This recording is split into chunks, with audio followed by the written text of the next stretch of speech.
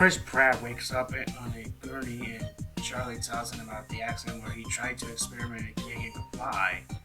It caused the dummy plumber to be paralyzed. So his brother warns him not to move until he gets to the hospital, otherwise he'll die. Or more or less be permanently paralyzed. Come on, we know Mario's been through a lot worse. Luigi turns on the TV for him and he goes outside to wait for the ambulance, but Mario wants to change the channel and can't reach the remote. Trying to press the buttons with his Pinocchio nose, he accidentally flings it to Toad.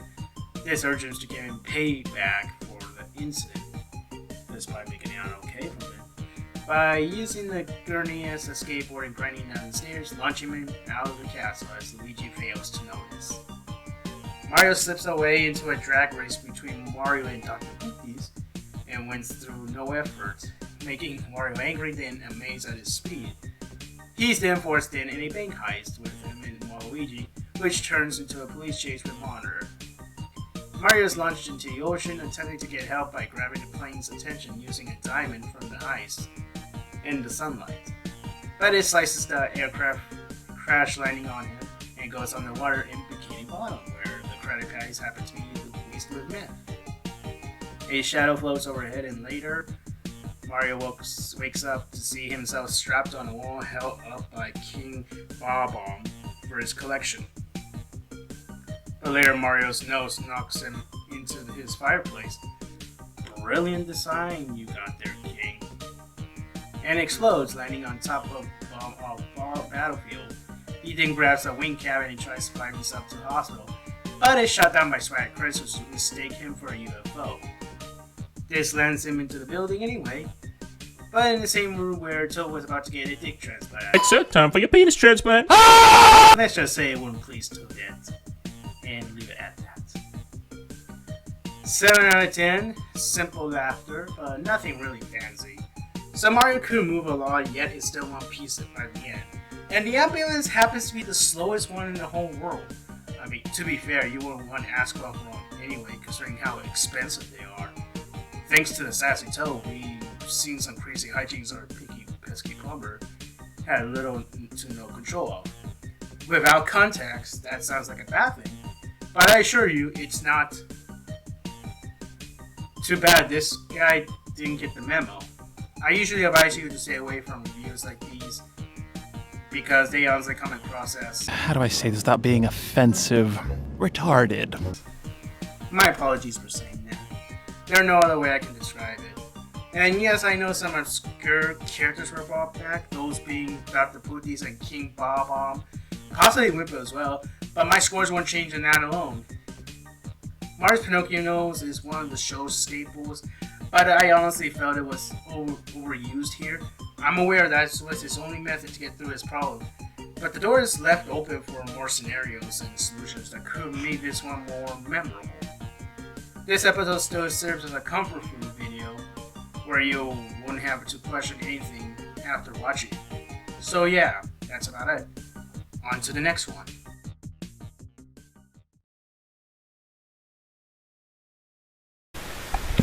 Dick, Nickelodeon. Dick, Nickelodeon.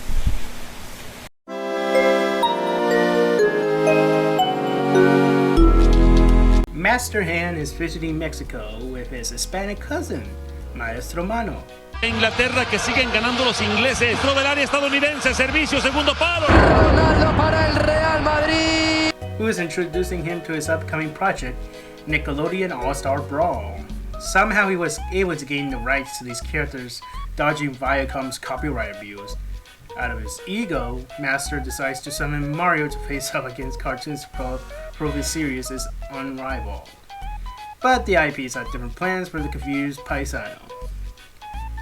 First, in SpongeBob, he's nearly cooked into a Krabby Patty by the sponge and Mr. Krabs manages to escape.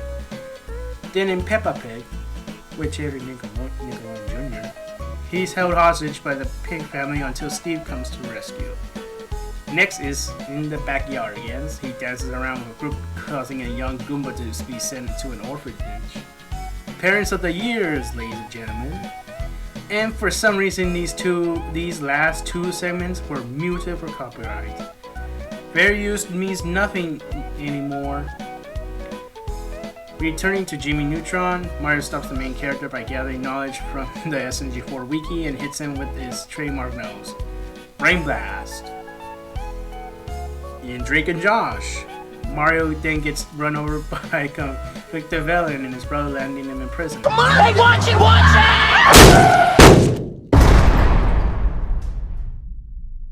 Drake? What? The power of Saw won't save them this time. In Fairly Odd Parents, Mario knocks out Timmy, making Cosmo one of his godparents, and goes nuts with the witches, including one that's ambitious about how he feels about Melanie's relationship. You know what they say. 'Tis better to have loved and lost than never to have loved at all! In iCarly, the SMG4 crew makes the intro while the theme song is poorly recreated.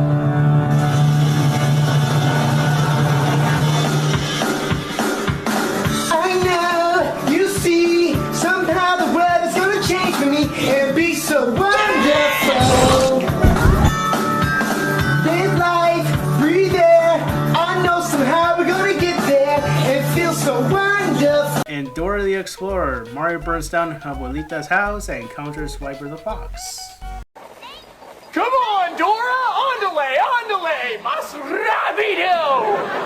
You call yourself an explorer? Lastly, in Rugrats, he tries to hunt down Tommy and Chucky but ends up riding a giant Raptor toy. Closing the episode, Mario escapes to the kingdom border, barricaded and about to be beat up by Nick characters. But due to their weak attacks, Mario gains confidence to use his Final Smash and incinerates the psychopathic mascots. With Cosmos 1, he opens the gate and runs away from Maestro. Looks like the Big N will have to invest more training instead of those SpongeBob spin-offs. 6.5 out of 10. Honestly, this might be one of the weakest episodes of If Mario Was in series. Some segments are funny, like the Dora and Backyardigans ones, while the others kinda drag on, slowing down the pacing. Take note, this was made to celebrate the release and in a way promote the fighting game, which is pretty good so far and you should check out when you have the chance. Yet only 2 shows out of the ones featured in the video are currently represented in Nick All-Stars. It was a bold move to showcase Nick Jr. shows and sitcoms, but more cartoons like Hey Arnold, My Life as a Teenage Robot, Danny Phantom, and even Avatar Once More and so on could have been included to dive deeper into Nickelodeon theme. Of course, this applies to the game as well, in case you were wondering. Also, this introduces the possible future of Cartoon Network and Disney Video.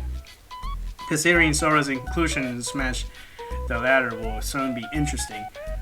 Regardless, this still is a serviceable video and that's decent at best. Good try, guys. Oh yeah, I almost forgot. Some viewers were complaining about the part where Mario used the wiki, which featured the name of a former character very briefly. Yet, in the next segment, they had the balls to make fun of Drake Bell. If you recognize what I'm talking about, make of that how you will. Next video.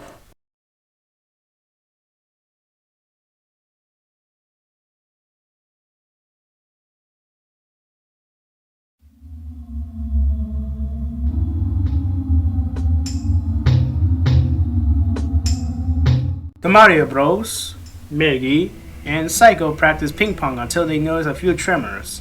Checking outside, they see Melanie training in self-defense as Bob watches on. Then her powers just start to lose control, nearly maiming Luigi, and is halted by Maggie's super strong paddle. She sees her friends in shock and passes out. Waking up, Bob arrives in a wheelchair to tell everyone that she agreed to find the true potential of her fierce deity powers, hoping it will aid in the protection of her friends from future threats, thanks to their last adventure. Maggie chimes in for assistance, knowing it could help with her coaching skills. One obligatory montage later, it proves pointless. Then it's up to Luigi to teach Melanie through meditation. While the others follow along, she wins up her mind, greeted by the masked spirit, represented by a fierce deity Link, unlocking her full power! Unfortunately, this backfires as her lack of self-control makes her weak, wreak havoc at a Coke Zero factory for certain reasons, Pessy Man briefly gets a good laugh before one of the billboards smash him in. Mr. Martin then the guards attempt to put her down, but she appears to be unstoppable. Her friends use a team attack through Mega's instructions to put her back into place. Melanie is back to normal, realize she did more damage than hell, trying to not lose any more of her peers. Regretting the destruction she caused, Maggie reassures her that they won't give up on trying to better her skills. Then Mario brags on becoming the best ping pong players and screws up to eat. Leave it to this guy to pause a generous life lesson. 9 out of 10. I actually prefer this over There's Something Up with Maggie. This episode is what I enjoy more than stuff like the last episode in terms of quality. It was paced well enough, had a balanced comedy, action, emotion, and good character interactions, while giving Mario a purpose. You can argue that it doesn't apply to Bob since he disappears a few minutes, but that's besides the point. I'm loving Melanie's character arc so far. It's understandable why she behaved that way she did in this episode. Does she risk all her self-awareness in favor of leaving nothing but her friends safe and sound? Or the vulnerability to avoid going postal? Only time will tell. And no, this kind of story isn't exclusive to anime, nor did the medium invent it. Cut that shit out. And hey, Melanie's fierce deity design looks nice, but I know the fans would take it a step further. The brothers came out with a solid writing this time, and I hope this will be a recurring trend. What do we have next?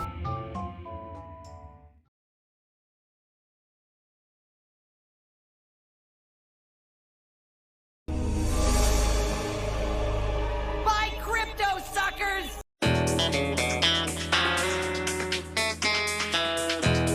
The genius plumber is rewarded with fame and wealth for inventing an automated pair of legs that feeds him spaghetti. Because of this, we see that he's spending spree on various non-practical items. Mario buys a mansion from a middle-aged bank robber under witness protection, complete with a Rick-roll bodyguard.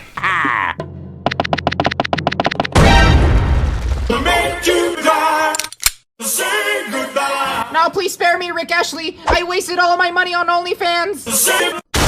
He advances in an image file that brings out the worst in humanity, especially on Twitter, in multiple state of the line tells us. Mario then planted trees in Africa to help the environment, but bursts down in the forest afterwards. He manages to strike a deal between Nintendo and Epic Games to feature himself in Fortnite, which might make it worth playing now if you ask me. Imitating YouTuber Jesus Mr. Beast, he forces his friends into a sadistic challenge for prize money. Goes to show their bond is extremely strong despite this. Later, after being inexperienced with crypto, he engages in a space race with everyone's favorite billionaires, Jeff Bezos and Elon Musk. On Rainbow Road to colonize Mars, Mario then opens up Amazon in an attempt to outdo the inspiration, but one employee suffers casualty in the process. During his appearance on Jimmy Fallon, the plumber has grown tired of his notoriety, but instead of giving it away to those in need, he frivolously gambled his fortune away, which honestly still is for the best. Now in poverty, living in the subway, Kojima approaches Mario with a familiar-looking card, which is an invitation for a certain event. Who knows what could it be? 8 out of 10. A pretty good humor-based episode with a nice transition into the next video. I love what they did to lampshade the ridiculous side of modern-day riches and knock down Jeff and Alan a peg. But SMG4 is rich because he's selling merch and making new shows to milk, therefore he's a hypocrite. No. There's a difference between spending your cash wisely while doing simple advertisements and throwing it away on something you don't need while forcing it upon all your viewers. We don't even know how much they make, so shut it. And you better understand how ad revenue works, because oh boy, the content hipsters will have a field day with the following episode.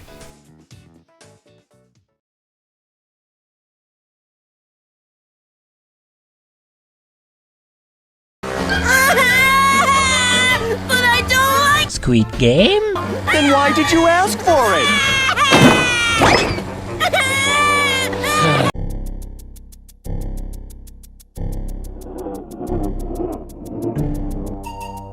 For this year's Halloween video, Mario wakes up and sees his peers in the same room Hideo Kojima is hosting the Squid Game tournament, sponsored by Sony, announcing the following activities for his doomed contestants. However, whoever survives the round gets to go on to the next, and the eliminated will become a fighter in PlayStation All-Stars. Not sure how that's possible considering they ran Sony into the ground a couple months ago, but alright. The winner gains the prize money to get out of the parody. Red light, green light. As the players get to the other side and avoid the baby doll's lasers by standing still. Most of them couldn't make it. Honeycomb sauce, then craving cookies into designated shapes. Wario steals a finished one, and Mario eats his, causing Luigi to lick his heart out if they pass. Tug of War. It is pretty self-explanatory. Mario's team wins this round. Marbles has the losers getting blasted. One particular incident is Wars being Waluigi, where the former has to go on without his brother by his side. At least he'll be happy finally being in the final game now. Glass Ridge has the characters cross glass panels that some of them will easily break. Wario knocks over Luigi to spy Mario, but Steve bravely kamikazes him into the ground. Glass Stack Crafter. The finale has a duel between Mario and Maggie where they have to shoot each other with splatter shots. Kojima claims this game is all his idea, letting us know Konami letting him go has made him completely insane. Like old times, the duel battle and the firefight, First Blood wins the tournament. The Paisano cheeses it by splitting out his cookie and at her as a distraction and fires away. Mario's victory makes Maggie jealous, but Luigi reassures her no one's plays fair in these competitions, which is true if you take their previous tournaments over the years into account. The grand prize is a lifetime supply of PS5s, explaining the dreadful shortage. Hopefully this means Mario won't overprice them, otherwise you know exactly who to blame.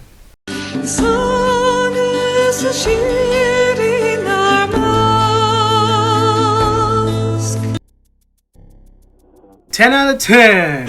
As a non-Squid Game viewer who has only checked out clips of the Netflix show, this was surprisingly faithful. In typical SMG4 fashion, this turned out to be a round of edgy Mario Party minigames for the game that are rather sequential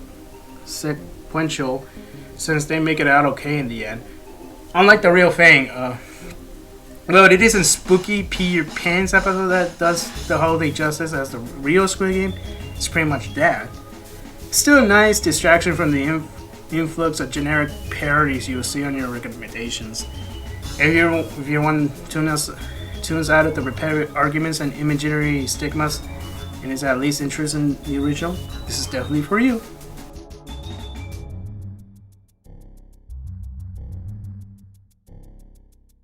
It's been a busy month, but I'm glad to have this video done for my viewers who want to listen. If you like this review, share them with your friends and check out other reviews and reactions if you're new. Please take care of yourselves, and as always, peace out.